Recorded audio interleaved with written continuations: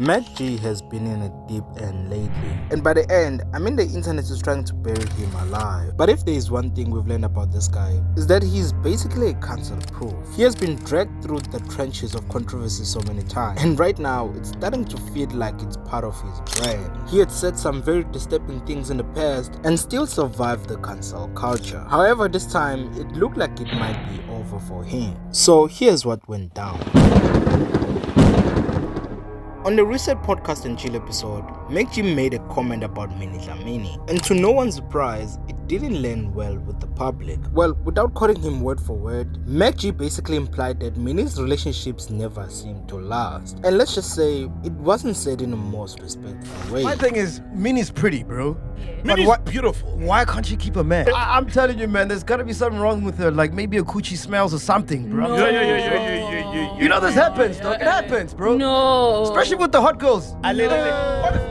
Now, to understand why this really blew up and where is it really coming from, we have to rewind just a little bit. Minnie Dlamini was once publicly in love with Dr. Sean. Their relationship was goals on the timeline, exotic vacations, luxury cars, and this guy even bought her a Porsche. They looked like a perfect couple living a picture-perfect lifestyle. And just like her past relationships, it didn't last that long. This isn't exactly new gossip. By the way, there's always been a narrative around Minnie's love life being turbulent, and this time, Mac G might have pushed the line a little bit too far. As a result, the particular episode never made it to Mzansi Magic. The backlash was immediate. But if you think that made Mac G take a step back, well, think again. In fact, the Podcast and Chill promo for Mzansi Magic literally had them joking about what they say might get them cancelled. It's almost like they knew what they were exactly doing. And honestly, that's what made this whole thing so wild. South Africa has been trying to cancel Mac G for years. We've seen outrage after outrage, but somehow he keeps on bouncing back. The man even titled his book Uncancelable.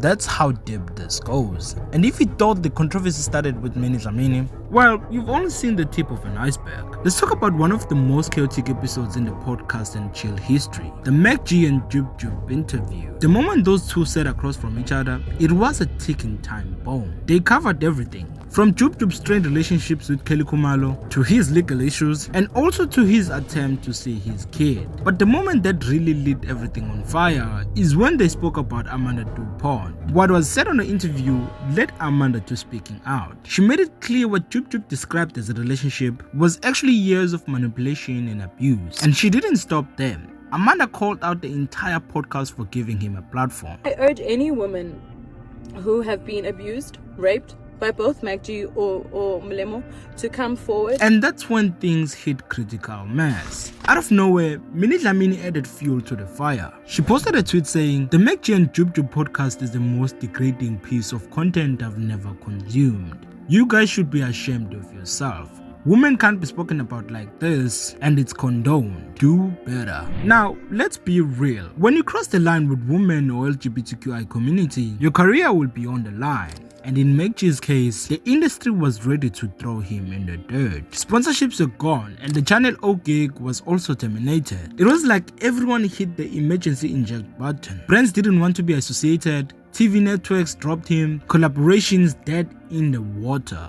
But then, something happened that no one expected. The Chillers. Mac G's core fan base stood 10 toes down. They didn't disappear. In fact, they doubled down on their support. Even the podcast was blacklisted and the media house were ghosting him, the YouTube views kept coming. The comments stayed loyal, subscribers growing, and just like that, Mac G did what Mac G always does. He made a comeback. He dropped new shows like Spreading Humor, Piano Pulse, and many more, new ideas, more chaos, and somehow his empire kept on getting bigger. And just when you think it couldn't get any crazier, Mac G hits 1 million subscribers on YouTube.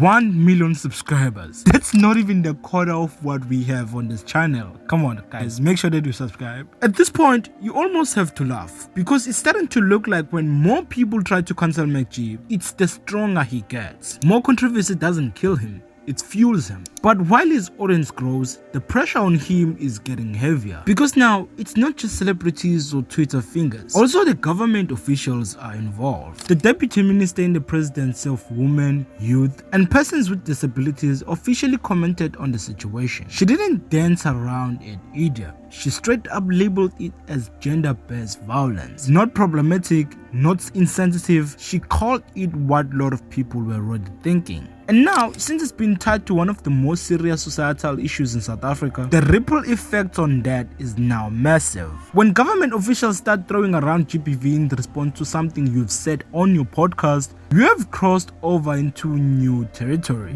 This is not just social media scandal anymore, it is political. And while Mac G has managed to survive every wave so far, this one hits different. Because now, more than ever, people started seriously asking questions. Is this guy still worth supporting? But here's the thing about Mac G, he doesn't flinch. He didn't apologize. He didn't backtrack. He didn't put out a PR statement with polished wording and a careful crafted image. Nah, that's not how this guy moves. Once it's out on YouTube, that's it.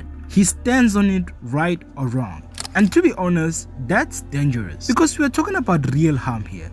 Real people, real communicators that are affected by the things that are said on that mic. And guys, to be real, some of his comments have been flat out disturbing. The kind of stuff you just don't say to another human being, especially on a platform that reaches millions. But this is what makes G so complicated, because while he's getting dragged, there is an entire audience cheering for him. People who see him as the last voice that hasn't been filtered by politics, by brands, and by fake media respectability. The chillers, that's his base. And if we're being honest, they have never been stronger. Even Mac G always says this: the day the chillers leave, that's when it will be over for me. And they haven't left. In fact, they doubled down. They wear the podcast merch, they post clips online, they defend him in every comment section. And more importantly, they show up. Every episode, every controversy, every cancellation attempt, they are still there. So yeah, Mac G is above criticism. What he said was wild, and to be honest, a lot of it deserves the backlash it's gets. But if we're gonna talk about the man, we also have to talk about the machine that keeps him alive. Because this isn't just a Mac G problem, it's the media culture problem, it's the content consumption problem, it's a South African audience problem. Because clearly, the clicks don't lie. So where does this leave us? A creator who won't apologize, a government calling him out, a million subscriber fan base that won't budge, and the industry that can't seem to decide whether to silence him or accept that he's not going anywhere. It's messy, it's raw, it's uncomfortable, but it's also the reality of South African internet culture right now. So yeah, that's what we have on Mac G's saga. Let me know what you think about the situation on the comment section down below. Is he uncancelable, or we just normalizing the unacceptable?